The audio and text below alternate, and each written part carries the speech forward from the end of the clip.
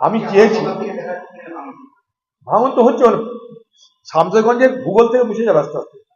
আমি যেটা বলতে চেয়েছি কালকে এবং সরকারকেও যেটা বলেছি, যে ভাঙন যখন শুরু হয়ে গেল তারপরে বস্তা ফেলা কেন? আগুন যখন লেগে গেল তখন সেখানে শুকনো পাতা দিয়ে লাভ কি আছে? কিন্তু জ্বলবেই। ভাঙন যখন শুরু হয়ে গেল তখন সেখানে বালির বস্তা, মাটির বস্তা দিয়ে লাভ কি আছে?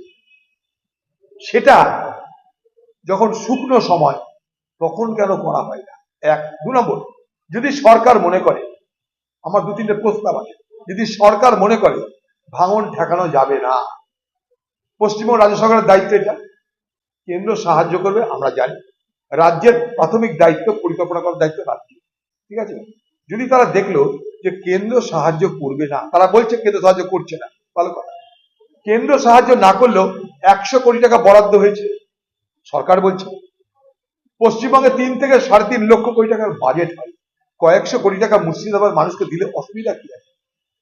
ভাঙনে প্লাবনে কয়েকশো কোটি টাকা খরচ হোক, Ghatal master plan, DVC Damodar উপত্যকাতে যে বন্যা, মুর্শিদাবাদে যে ভাঙন, তার জন্য বিশেষ প্রকল্প বরাদ্দ করা হোক না, অসুবিধা কি আছে?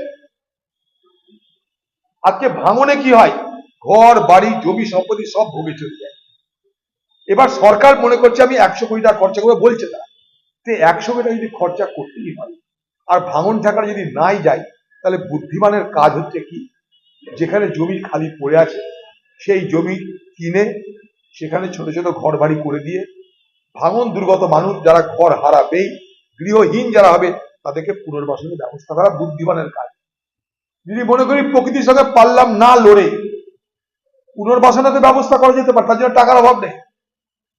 পশ্চিমবঙ্গ সরকার কমসে কম ভাঙন দুর্গত মানুষদের, তাদেরকে নতুন জায়গা কিনে তাদেরকে বসতি গৃহের নির্মাণ করে বসবাসের ব্যবস্থা করে দিক।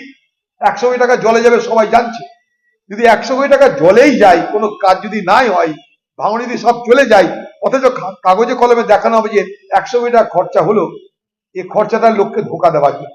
এই ধোকা না দিয়ে সেই টাকায় জমি কিনে সেখানটায় বসতি স্থাপন করাটা বুদ্ধিমানের কাজ, এক। 2 নম্বর, যে সমস্ত পরিবার ধ্বংস হয়ে যাচ্ছে তাদের পরিবারের একটা করে মানুষকে ছোটখাটো চাকরির ব্যবস্থা পশ্চিমবঙ্গ সরকার করে দিক, এটা আমার দুটো দাবি। হ্যাঁ, আমি বলে এসেছি এখানটাই, আমরা প্রথমে বিডিও অফিস, এসডিও অফিস, মুর্শিদাবাদের ডিএম অফিস, তারপর আমরা কলকাতা গিয়ে ধর্ণা অবস্থান।